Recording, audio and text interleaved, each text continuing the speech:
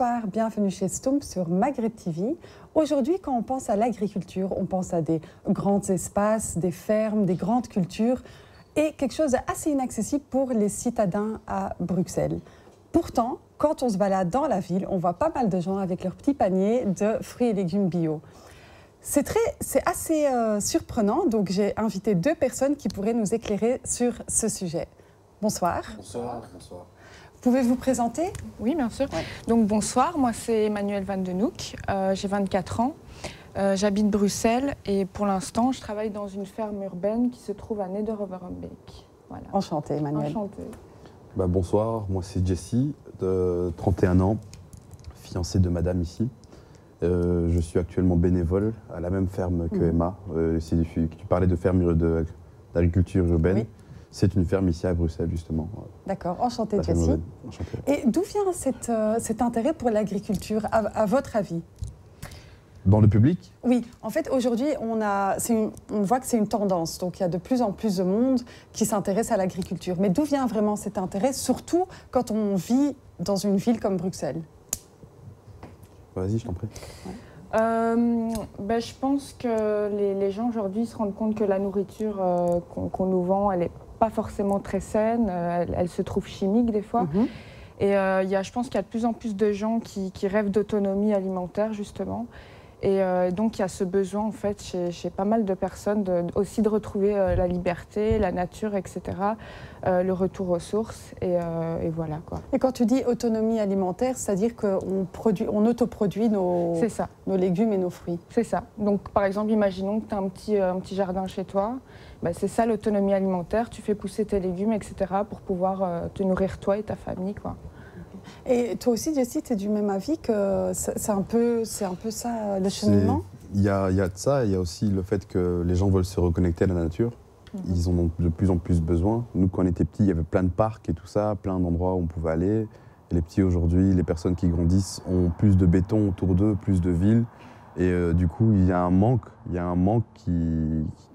gens, ils ont besoin d'être dans la nature, ils ont besoin d'avoir des produits frais. Et c'est quelque chose qui est qui détend les gens aussi, de cultiver un peu. Le dimanche, il y a beaucoup de personnes chez eux oui, le week-end, qui vont le week-end aller jardiner un peu. Il y a de ça, mais c'est très à la mode aussi. C'est très trend pour l'instant, vraiment, de cultiver et tout ça, quoi.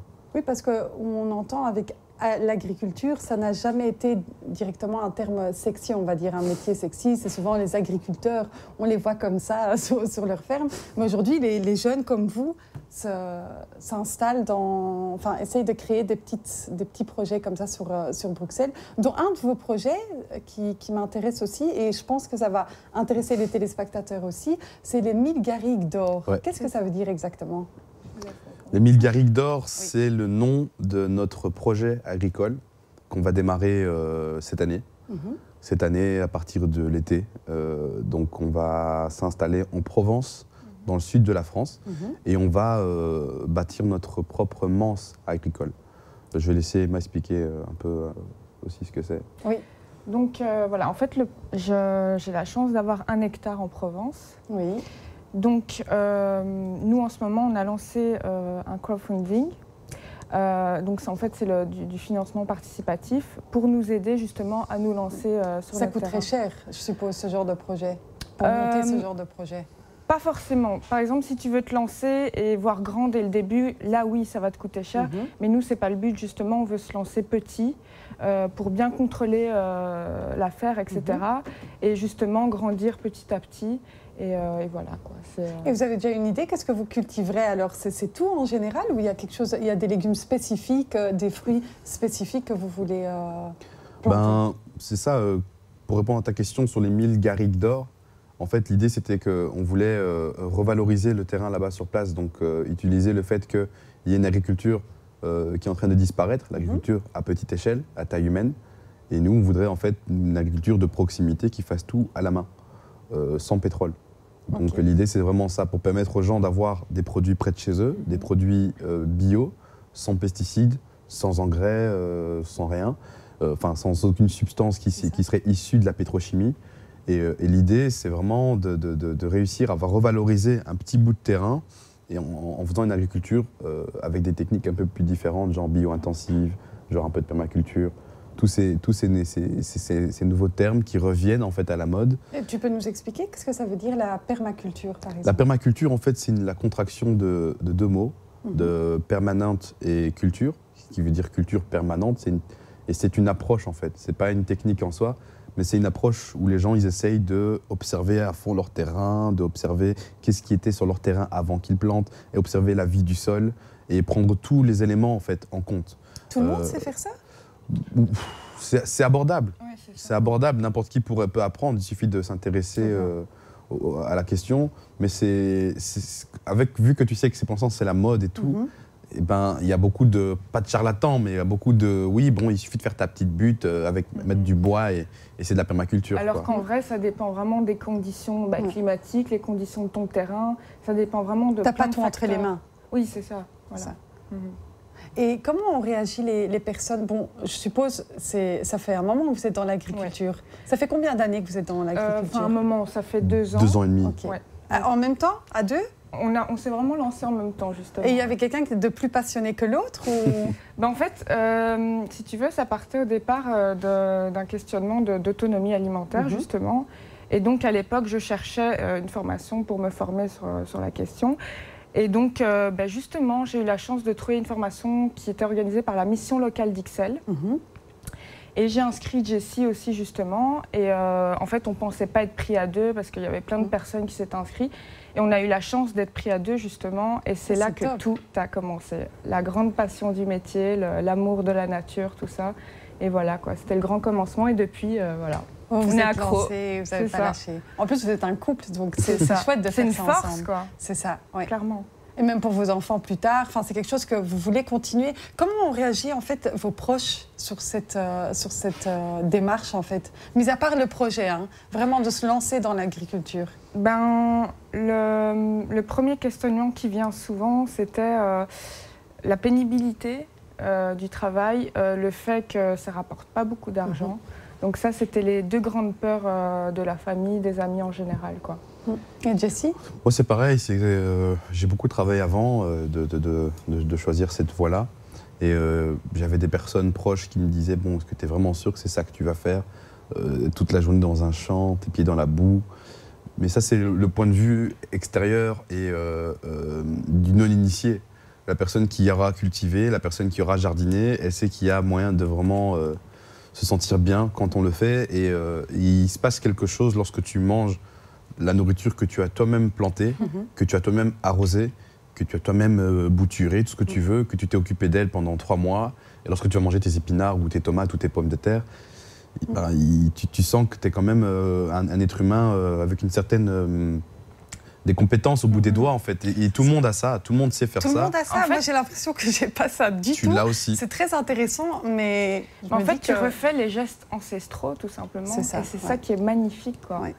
Tu reprends, en fait, tu apprends et tu fais exactement la même chose. Si on regarde, ça. Si on regarde dans nos familles, dans la famille d'Emma, dans ma famille, dans ta famille, si on monte sur 2 ou 3 générations maximum, on peut être sûr et certain de tomber sur des paysans.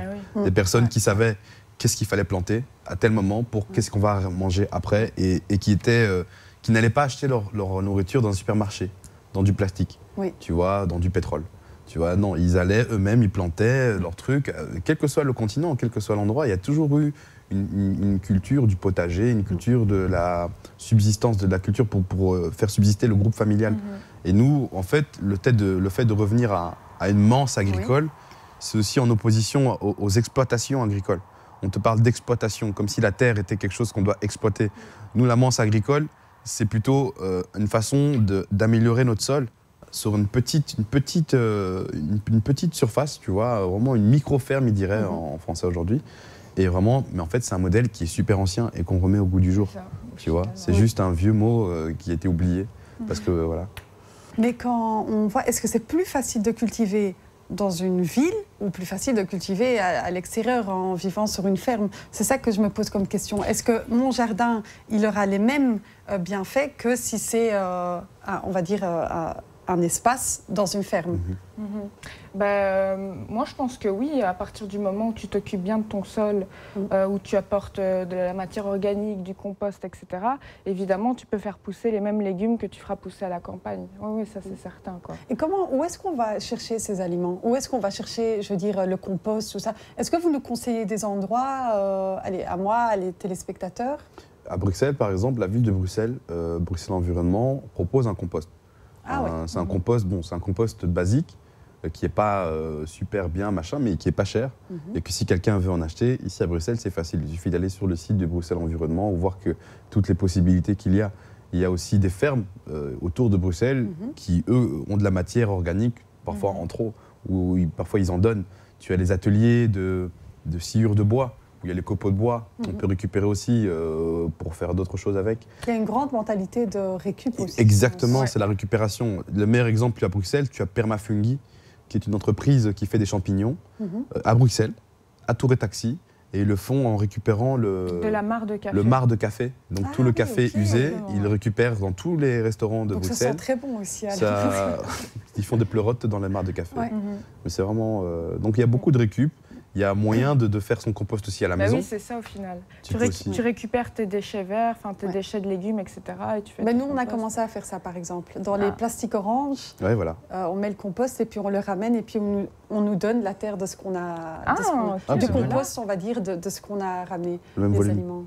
C'est bien. Oui. Super, ça. Et est-ce que pour vous, parce que on rentre dans une tendance d'agriculture, est-ce que la grande production a toujours une grande place? Est-ce qu'il y a vraiment un éternel débat, on va dire, entre l'agriculture et la grande production?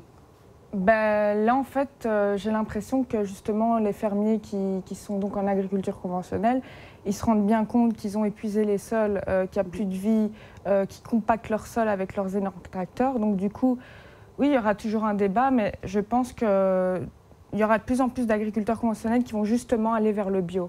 Ouais. Et on a remarqué ça, même là, on va s'installer en Provence. Des agricultures conventionnelles qui reviennent vers le bio, tout simplement. Oui, il y a une tendance, en fait. Le retour du bio. Le bio, si tu vends un fruit et un légume, plus cher.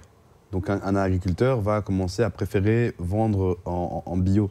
Moi, ce que je reproche à l'agriculteur conventionnel, c'est qu'il fait son travail en fonction des prix d'un marché. Il est complètement tributaire et dépendant d'un marché. Il va planter 20 hectares de blé. Il va attendre de vérifier le prix du blé, le cours du blé dans les marchés. Et lorsque le prix du blé sera à bon prix pour lui, il va le vendre.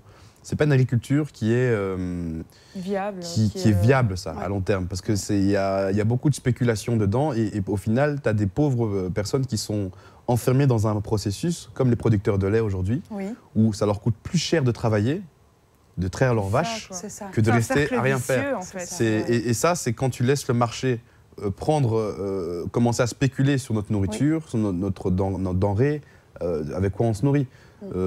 D'autant plus que quand tu plantes du blé sur 100 hectares de blé, dans la nature, tu verras rarement un endroit où il n'y a que sur 100 hectares la même plante. Tu verras toujours un endroit avec beaucoup de petites plantes différentes. C'est comme ça que la nature a été faite. C'est ça. Tu vois, donc il faut essayer de reproduire ça. Il faut essayer de copier la nature et pas l'accompagner dans... Exactement, l'observer, l'accompagner. C'est vraiment ça. C'est ça, mais les vrais agriculteurs, ils ont une vraie relation, une vraie relation avec la nature. Moi, je leur parle à mes plantes. Oui, c'est ça. Moi aussi, je parle à la menthe qu'on a chez nous, mais c'est clair qu'il faut parler. Enfin, t'es pas obligé de parler, mais comment ça se passe, leur apporter une attention, en fait. C'est ça. Assez de lumière, assez d'eau, c'est ça. C'est ça. Une affection particulière. Et parce que moi, quand je vais faire les magasins, souvent, on voit bien que les fruits et légumes bio coûtent plus cher que les autres produits. Comment est-ce que vous expliquez ça? Est-ce que c'est parce que c'est beaucoup plus individuel? Enfin, est-ce qu'on porte plus d'attention à ces légumes-là que d'autres? Enfin, moi, je ne m'y connais pas du tout. À la base, les fruits et les légumes bio, ça va demander plus de travail. Pourquoi? Parce qu'un mec qui va faire des pommes qui ne sont pas bio, à la moindre petit problème, il va prendre un engrais, un pesticide, un insecticide, il va le foutre sur sa parcelle et du coup, il va prendre des pommes et il va te les vendre telles quelles. Le mec qui n'a pas fait ça en bio, il va devoir lui-même mettre un filet anti-insecte, mettre un filet anti-ravageur. Et ça prendra plus de travail pour faire une pomme parce qu'elle sera soumises en fait aux aléas du climat, aux aléas de l'année, tu vois. C'est ça. Mais c'est ça la vraie agriculture. C'est pas des tout beaux légumes, tout magnifiques, tous calibrés. Ça brille pas, parfois c'est moche, mais ça a du goût. Ça a du Parfois c'est pas très joli, mais ça a des nutriments, comme elle le dit. Ça a plus de valeur énergétique. Une pomme aujourd'hui en 2017, pour manger une pomme des années 50, c'était 35 pommes d'aujourd'hui, une seule. Les pommes étaient 30 à 50 fois plus nutritives avant. Et ça, c'est parce que tu as des endroits où ils ont fait que planter des pommiers, ils ont fait que planter au même endroit, ils ont fait que faire des trucs. Donc aujourd'hui, il y a beaucoup d'approches qui proposent de rééquilibrer l'agriculture en soi. Tu as la permaculture, qui englobe beaucoup d'idées en soi. Mais nous, ce qu'on préfère, c'est la culture bio-intensive et l'agroforesterie. C'est quoi la différence avec... La différence entre la culture bio-intensive et l'agriculture conventionnelle, c'est que la culture bio-intensive, il y a toute une partie de ta ferme, de ton exploitation agricole, qui va servir à créer du compost de première qualité. Tu vois, et une petite partie qui sera le potager nourricier. Mais toute une partie qui ne va servir qu'à planter du sorgho, du mil, de la luzerne, toutes des plantes qui vont améliorer ton sol, qui vont réparer ton sol. Et en plus, quand elles poussent, on les coupe, on les met dans le compost et on en fait une terre magnifique avec. Et c'est ça, c'est la culture bio-intensive, c'est la seule qui préconise vraiment si tu ne fabriques pas de la terre de manière intensive, tu n'es plus dans cette technique-là. Ça fait partie intégrante de cette technique. Fabriquer de la terre tout le temps, tu vois. Donc c'est vraiment ça. Emmanuel, tu parlais de nutriments. Quels sont les bienfaits en fait du bio, à part le classique où on mange des fruits et légumes sans pesticides, quels sont les autres bienfaits? Toi-même, est-ce que tu as remarqué quand tu as changé ton alimentation? Je ne l'ai peut-être pas remarqué, c'est pas flag non plus, mais c'est sûr que c'est plus sain pour la santé. Après, c'est mon avis, mais moi, je suis persuadée que les produits qu'on mange, les légumes et les fruits où il y a eu des ajouts chimiques, c'est pas sain du tout. Ça peut même apporter des maladies, des cancers, etc. Donc voilà, à ce niveau-là de la santé, je suis persuadée que le bio, c'est 1000 fois mieux. Et sinon, avec les bio aussi, on régénère les sols, on recrée de la biodiversité. Et voilà, quoi. Qu'est-ce que vous conseillez aux gens maintenant, plus concrètement? Ils ont un jardin et ils aimeraient planter des légumes et faire de comme tu dis, l'autonomie alimentaire. C'est ça, l'autonomie alimentaire. Qu'est-ce que tu peux conseiller concrètement? Bon, l'autonomie alimentaire, avec un jardin, c'est impossible. On ne sera jamais autonome avec un petit jardin. Par contre, ce qu'on peut faire, c'est déjà prendre le goût à cultiver des légumes. Avec un petit jardin, on peut planter des plantes aromatiques, on peut planter de la menthe, on peut planter des plantes qui n'ont pas besoin de trop d'entretien. Et si ça se passe bien, si on commence à se sentir à l'aise dans son jardin, là, on peut planter plus. Mais on ne peut pas, sur un petit jardin dans la ville, bien compris, c'est pas possible de faire une autonomie alimentaire. Par contre, ce qui est intéressant, c'est qu'il y a beaucoup de communes qui proposent des potagers collectifs. Et ça, c'est intéressant parce qu'ils laissent un terrain où les différentes personnes de la commune s'inscrivent et lorsqu'il y a accès, tu as une petite parcelle où là, tu as peut-être parfois un peu plus de place dans ton jardin ou alors additionné à l'espace de ton jardin où là, tu peux vraiment planter des légumes en plus. Et là, ça peut être vraiment intéressant parce qu'il y a plein d'autres personnes qui sont dans le potager collectif puis qui peuvent te conseiller. On loue, c'est ça. On loue une parcelle ensemble. Je sais pas. C'est même pas loué parce qu'à Ouattama-Boisfort, c'est gratuit. Ouais, par exemple. Tu vois, il faut juste être sur la liste d'attente et habiter dans la commune. Et quand tu déménages, c'est une autre personne qui aura accès à la parcelle. Mais c'est même pas loué. Parfois, c'est juste attendre ton tour et c'est gratuit. C'est ça qui est bien. Vous avez un projet dont vous avez parlé là tout à l'heure, les 1000 garrigues d'or. Oui. Et vous faites ça via la plateforme Mimosa. C'est bien ça. Maintenant, c'est en fait du crowdfunding. Les gens peuvent donner de l'argent, financer votre projet et pour vous aider à partir en France, en province et ouvrir votre propre... Manse, c'est ça. Maintenant, pourquoi est-ce que les gens devraient vous soutenir? Parce qu'il y a plein d'autres gens qui sont dans l'agriculture. Pourquoi Emmanuel et Jessie? Déjà, pourquoi nous? Parce qu'on se lance et qu'on demande de l'aide. Tout le monde ne demande pas de l'aide. On n'a pas envie d'aller s'endetter à une banque. On préfère demander à nos amis, à nos familles, à les réseaux qui nous connaissent. Donc, et aux amoureux aussi. Et aussi aux gens qui estiment que ce qu'on fait, c'est bien. Parce que voilà, au-delà de vouloir changer le monde, il vaut mieux être le changement qu'on voudrait voir dans ce monde. Donc nous, c'est un peu notre approche. Essayer de faire quelque chose où on va pouvoir amener les gens à venir voir comment ça se passe, venir mettre les mains dans la terre Sensibiliser aussi. Sensibiliser, c'est une grande partie de notre projet. Ce sera une ferme pédagogique. Donc déjà, c'est une très bonne raison de nous soutenir, c'est qu'on va partager notre savoir. On ne va pas le garder pour nous. On ne va pas être là, s'enfermer dans notre petit coin, notre petite campagne. On va essayer de faire en sorte que les gens puissent avoir accès à ce genre de savoir. Et sur le long terme, et puis je vais laisser Emma dire ce qu'elle en pense aussi, sur le long terme, c'est qu'au Congo aussi, nous, ce qu'on voudrait, c'est acquérir assez d'expérience pour qu'au Congo, en Angola, enfin partout en Afrique où il y a des fermes qui existent comme ça déjà, installer des modèles de fermes qui seraient autosuffisantes, tu vois. Mais pour ça, il faut d'abord plus d'expérience, pour mieux connaître le métier. Et donc ça, on pense que d'ici, il faudra encore 2-3 saisons d'expérience avant de pouvoir essayer ce genre de projet-là. Est-ce que vous vous inspirez de d'autres projets pour justement évoluer dans votre propre projet? Oui, tout à fait. Par exemple, moi, la ferme où je travaille actuellement, on s'inspire de plein de choses. Là, par exemple, la vente de paniers, etc. Ça, c'est à la mode, ça, les ventes de paniers. Hein? Oui, justement, parce qu'en plus, c'est super, parce que ça permet aussi aux consommateurs de venir sur la ferme, de rencontrer le producteur, etc., de mettre aussi les mains dans la terre. Et donc, c'est ce qu'on appelle la filière courte, ça. Oui. Et je trouve que c'est vraiment génial, quoi. Et vous, votre projet maintenant, par exemple, quand vous vous êtes lancé, est-ce que vous avez d'autres exemples autour de vous qu'eux ont réussi et que... Je vais répondre à la question. En fait, on a la ferme Songhai en Afrique, qui est un modèle pour nous, à savoir que c'est un endroit où il n'y avait rien. Et c'est une ferme qu'ils installent avec aussi un élevage de poissons lié à la ferme, un élevage de mouches qui va créer des larves, et tout ça en cercle fermé. Donc ça veut dire que la ferme, elle fait tout dans la ferme, tout est produit sur place, tout est recréé sur place, et ça génère de l'emploi sur place, parce que tout est fait à la main. Ça, c'est un premier exemple. Ici en France, en Europe, on a des exemples plus proches de nous, comme la ferme du Bec et Loing, qui est la première ferme permaculturelle reconnue en France, en fait, où on a pu démontrer que sur 1 hectare de terrain cultivé, avec les principes bio de la permaculture, on arrive à faire autant que sur 10 hectares en conventionnel. Donc c'est un peu aussi, maintenant vous avez 1 hectare aussi. C'est un peu un exemple pour nous à suivre. Et ici en Belgique, il y a les fraternités ouvrières encore à Moucron, qui est assez connu, où là, où ils ont carrément une forêt comestible. Donc ça veut dire qu'ils ont un jardin où tout ce qui est dans le jardin est comestible.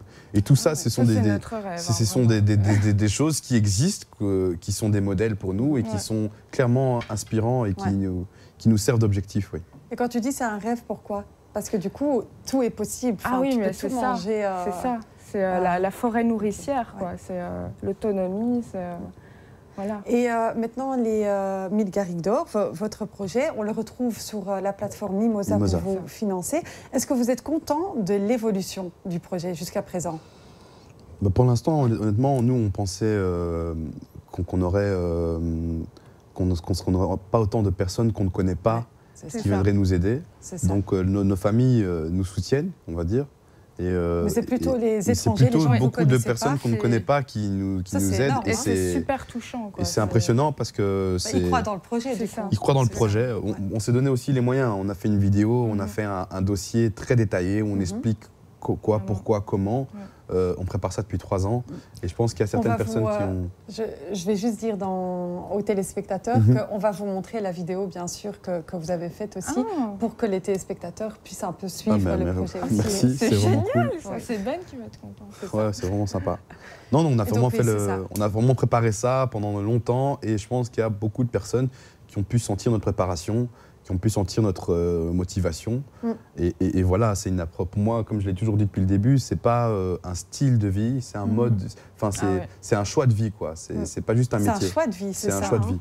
Donc vraiment. Mais parce que je me dis aussi quelque part, c'est pas vous isoler, pas du tout, mais c'est quand même aller vers un chemin, une direction que pas tout le monde suit aujourd'hui. On n'a pas tous cette conscience de se dire, voilà, d'aller vers la nourriture bio, etc. Donc, et on voit clairement que vous êtes très passionné par... oui, mais nous, c'est carrément un besoin, quoi. Enfin, je veux dire, personnellement, je ne supporte plus la ville. J'ai besoin de liberté, j'ai besoin de nature. Je peux pas être... Parce qu'avant, je faisais du graphisme. Je ne me voyais pas enfermée dans un bureau toute ma vie. Ça, oui. Et voilà. Et c'est ce besoin de liberté aussi. Et Bruxelles offre ça aussi de plus en plus, j'ai l'impression. Les petites parcelles, comme vous dites, tout ce qui est collectif. Non seulement Bruxelles propose ça de plus en plus, mais aussi il y a un pôle formationnel qui apparaît à Bruxelles. Donc ça veut dire que maintenant on peut se faire former, c'est ce que nous on a fait. Oui, c'est ça. À l'époque où on l'a fait, c'était encore un projet pilote qui n'était pas encore ouvert au grand public. donc c'était plus difficile d'y avoir accès. Bah, c'est ça, Mais vous avez été sélectionné à voilà, deux. c'était pour ça qu'il y avait un processus de sélection. C'était la Star Academy, quoi. C'était exagéré, test, compliqué, examen, voilà, entretien, stage de 2 semaines pour t'observer. C'était vraiment. Ah oui. Ils ont vraiment choisi des gens qui en voulaient. Et c'est bien d'ailleurs, hein, au final, parce qu'il y a pas mal de gens de la formation qui se retrouvent dans le domaine. Dans des projets, et maintenant, ils vont proposer cette formation-là chaque année, ouverte au public. Dans Donc, quelle école est-ce que... C'est la mission locale d'Ixelles. C'est la mission pour l'emploi, qui dépend d'Actiris, de Bruxelles Environnement, tout ça. Et tout le monde peut s'inscrire, il n'y a pas de... Tout le monde peut s'inscrire. Je crois qu'il y a quand même, c'est limité à ceux qui ont plus de 30 ans, je crois qu'il y avait un souci. C'est ça, il y a des conditions. Ou les diplômes ou quelque chose. Oui, c'était plutôt, ils faisaient ça plutôt à la base pour les personnes qui n'avaient pas de diplôme. Un peu comme les formations d'électriciens. Si tu as un diplôme, on va d'abord laisser priorité à une personne qui n'a pas fini l'école, qui veut se former rapidement pour avoir accès au marché de l'emploi. C'est un peu la même approche. Ils veulent vraiment remettre des gens au travail et là, c'est plus qu'un travail. Pour moi, c'est un mode de vie, donc c'est très bien. D'accord. Et qu'est-ce que vous souhaitez maintenant, c'est ma dernière question, pour l'avenir de Bruxelles et votre avenir aussi avec votre projet, à part bien sûr une belle finalité Alors moi, pour Bruxelles, je souhaiterais déjà qu'il y ait de plus en plus d'espaces verts, de fermes urbaines et qu'il y ait de plus en plus de gens qui se lancent en fait, ou qui se posent tout simplement les questions, qui soient sensibilisés. Et voilà. Et sinon, pour notre projet, évidemment, je souhaite que tout fonctionne, que voilà, on ait plein de fruits et légumes à profusion. Et voilà, quoi. On mentionnera aussi le site internet et les coordonnées de votre projet pour savoir où exactement les gens peuvent soutenir Jessie et Emmanuel. Merci beaucoup pour votre présence. Merci à toi. Merci pour toutes ces informations. Et moi, je vous dis, les téléspectateurs, n'oubliez pas, Stump, c'est bon pour la santé.